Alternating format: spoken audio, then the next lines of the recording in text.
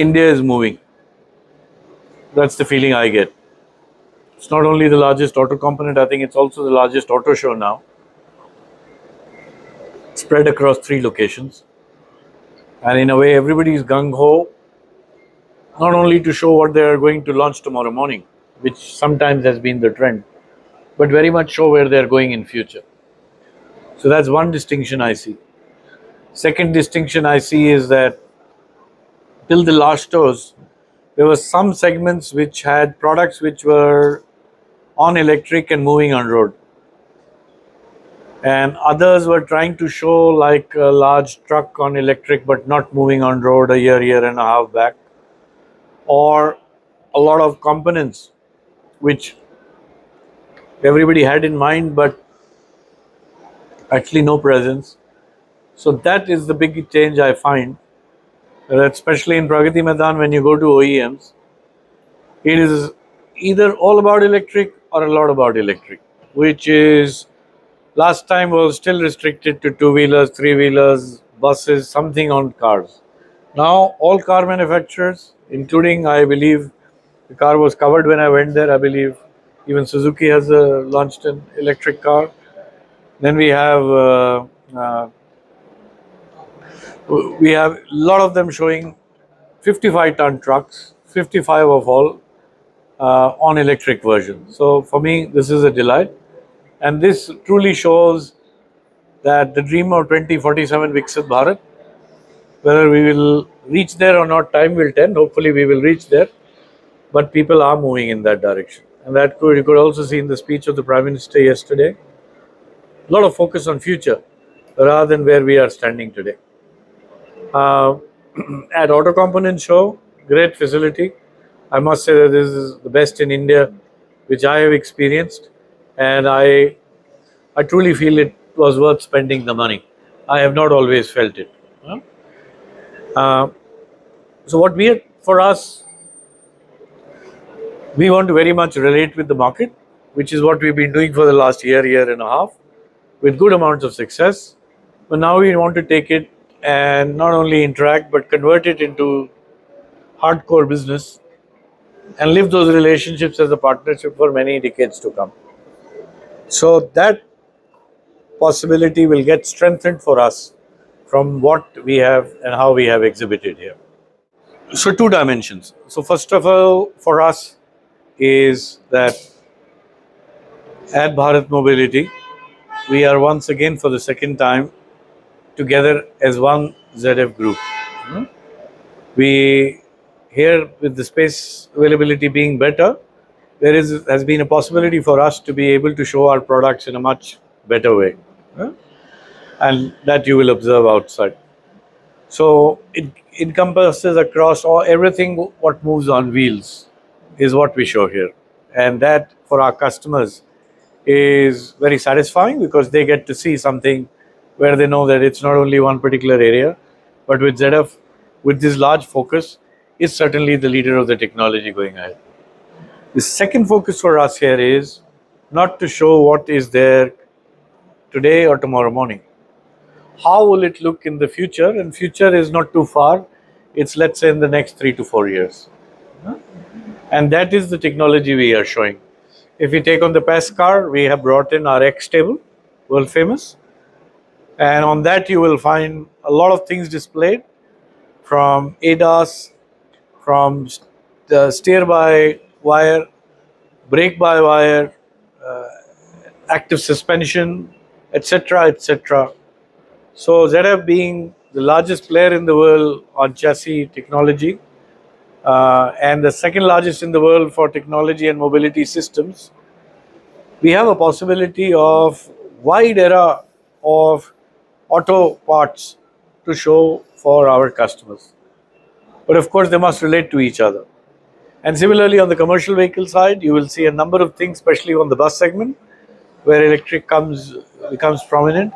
We are today launching the next version of Scalar, our telematic platform, to be able to download things from the vehicles, especially large tractor trailers, focusing then not only on moving trucks but also on trailers, which is a fairly unregulated segment in India, and therefore, uh, similarly on the test systems, on the construction equipment. So the idea with this is that we're trying to showcase what does the future hold, because this is a clear message to our customers, to OEMs with whom we want to work for the coming decades, that we are with you for the lifetime. So when you start with us, the next technology will automatically follow, because technology is undergoing a change, and that you and me see today when we interact with our OEMs or customers. The question is, why do you have brought that? It's not when will this come, etc., etc. It's I want it, I like it. When will you localize it? It's a very different way of looking at things of what it was earlier. And I think there, as ZF, with our capabilities, with the team of 16,000 people we have in India, of which 6,000 are very well qualified engineering graduates and experienced PhDs and experienced people based out of 10 technical centers in India. I think in over and above our factories, this is a good workhouse which we have. Today we've been doing a lot of global work over the decades, but now we are also then converting it into have this full engineering skill set available for the local market. And therefore, when you stand out, you will not only find our sales or product management teams or application engineers, but you will find all our key resources on the engineering side in the top management sitting and standing out there talking to customers, so that they also hear what the customer wants and then they can align things accordingly. Because if I'm a designer and engineer and I draw up something, that is always the best thing I like. That's the passion. So therefore, it has to be very market oriented, and I think that those are the kind of things we've been able to change, and we've been able to display through this setup at Yashobhumi at ACMA exhibition today. Yes and no. No, from the perspective that India was a much more traditional market earlier. Probably the roads or infrastructure or highway investments did not justify modern technology. So that has changed. So that creates automatic need for uh, an OEM, because their current product, it's not may not be the case, but in my own reading and my own OEM experience, their customers or operators are asking for much more. So that is therefore driven as a change because of technology, because of India improving as a country, because of 100, people every year now coming more to be adding on to the middle class of India. So that opportunity comes from there, and therefore, no, it is the change in India which is driving it. And yes, from two factors. A, of course, globally, uh, situation is not very good. That doesn't mean that everybody wants to run to India. That means that if from India we show the hunger to contribute to our global organization in terms of giving a manufacturing footprint which is more cost effective out of India, or engineering footprint which is much more cost effective, or backup services, then yes, global organizations are very interested. So there it is, yes. But even in our own organizations, we need to go out and ask for it. And in these difficult times, when cash flows are challenged, when business volumes are challenged globally, you automatically don't get it. But if you have a good business case, obviously you push for it and you make it happen. So I think this is what is driving the change. On top of that, our local OEMs or even global OEMs in India are wanting to use India as a base for export. And if they use this as a base for export, they have to meet the requirements of what is there in the developed world. And if they have to meet the requirements of developed world, they need products which are of higher grade. And if they need products of higher grade, there are companies like ours which are very willing to work not only from the aspect of having that, running that there, having the technology, but also from the aspect of having an aftermarket support there, which every local supplier does not bring in.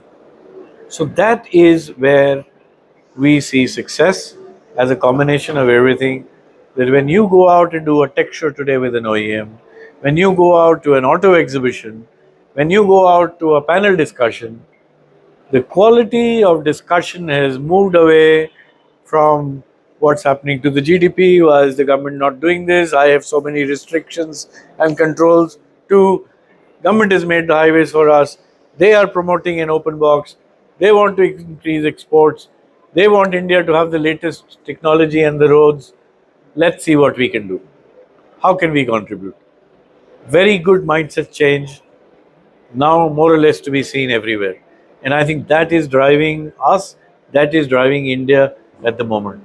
So I feel very optimistic, even if I expect that this more or less this year will be flat. We've had good growth in a number of segments in the last 3 4 years, especially after COVID, and I don't see that at this moment. Maybe budget will change that, maybe things will improve after the second half, but in spite of that, being flat is not bad given the geopolitical situation globally and its impact on the world at this moment. So, first of all, what excites me is that when you come into a company like Zeref with such a strong engineering background, where every second colleague you shake hands with is either a master's or a PhD, technology thinking, technology, quality, efficiency, safety, sustainability are not buzzwords here. They are the way of life. But what drives me is that it cannot be in a bubble on its own. It needs to be translated and made available for the customers. And I think that is what we are trying to do as ZF India at this moment. Customers, we have everything. Please choose what you want.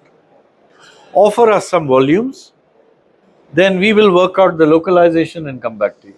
So it's this change which is making things happen. And I think that is exciting me, at least as a leader, very much. And hopefully, I'm able to pass that positive spirit or current or whatever you may like to my colleagues who are really putting in great work here. But I'm much more market oriented, which means that I do see that if I walk into an OEM, there is a lot of respect for ZF and its technology. But what I also have started to see, but eventually want to see, customers saying not only the best in engineering or technology, but also the best in responsiveness, also the best in giving local footprint, also the best in giving us value on the price or the cost offered on the product, also giving value in terms of being an integrator and not just coming with one off solution. I think all these are going to play towards our success in the future, and that is what is driving me to be optimistic on what's happening today in India. There are loads of challenges. Yeah. The first challenge is that government is driving technology, but technology is not driven till you release a regulation. So there are ongoing discussions on pass cars, on light commercial vehicles, on heavy commercial vehicles, on construction equipment, on places where you have SCZ, but the local demand has become more. So you need to make parity to take use of that. They are very positive discussions. When will the discussions come in form of regulations or nominations with the time frame is what needs to be the same. Because customer can like the technology, but will or OEM will follow it only if it's driven by regulation. Selected OEMs might do it, all of them will not go and step out. No, I don't have a regulation. I anyway will introduce a new technology. It's very good. It is 15% higher. Whether my market can pay for it or not, I don't care. I'll give it. It doesn't happen like that. So that is challenge from a regulatory perspective. Then the challenge is that we are midway between traditional and modern thinking. The new generation is very modern. My generation is very traditional. Where do we get the matching point between the two? I start my career, I probably will finish my career with working for 2 or 3 companies in my lifetime. Youngster today started a career 5 years back, has already changed 6 companies. So we need to find this balance because when the whole industry or the automotive passionate people or people working with it all think unidirectional or most of the time in the same direction, things move faster. Till they are at different angles, things tend to create challenges and slow down the speed. So I don't think many people will highlight this challenge, but I can feel it in my bones. Huh? And then I'm so excited in the newspapers. Every second day, somebody has a comment of how many working hours, who said what. Huh? Let's focus on something else, get the output out, and nothing is right or wrong, but I think that's the balance we need to get.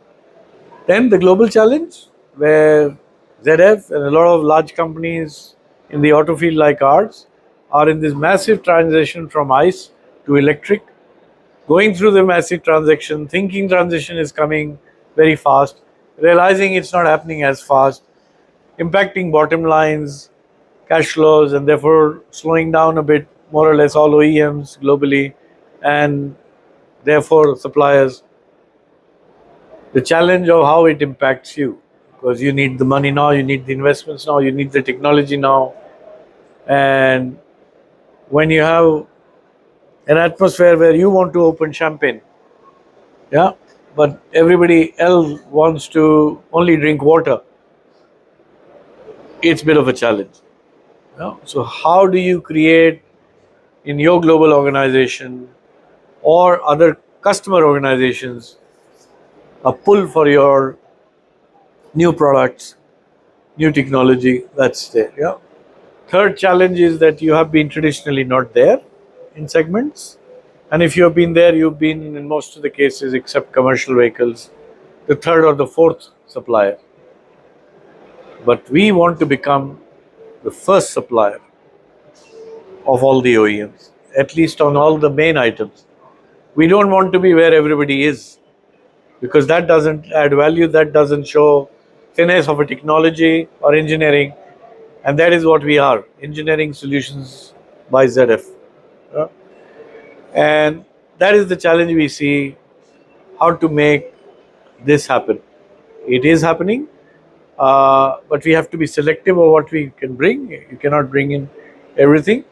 And then lastly, you can go on with the things, but geopolitical environment. Every second day, who's going to put what tariff?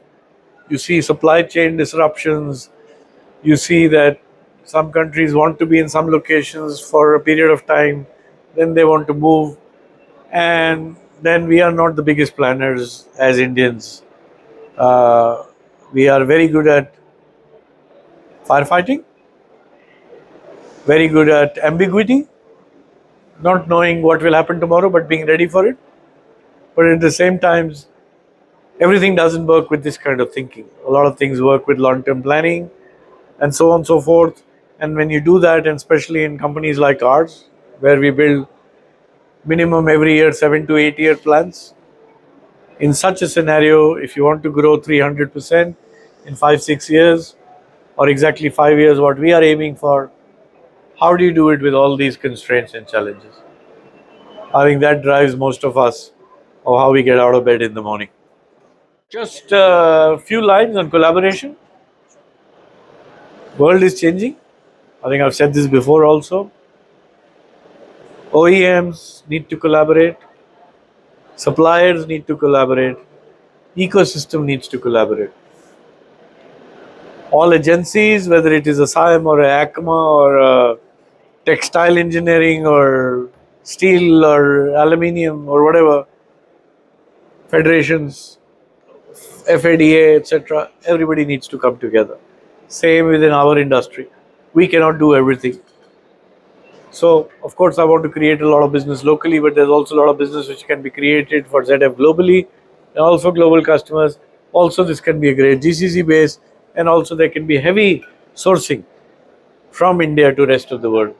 So it's a lot to do, and all that only comes with building partnerships, finding the right partners, collaborating with the people, having an open mind, and I think that is what, in a way, our small message is to the industry.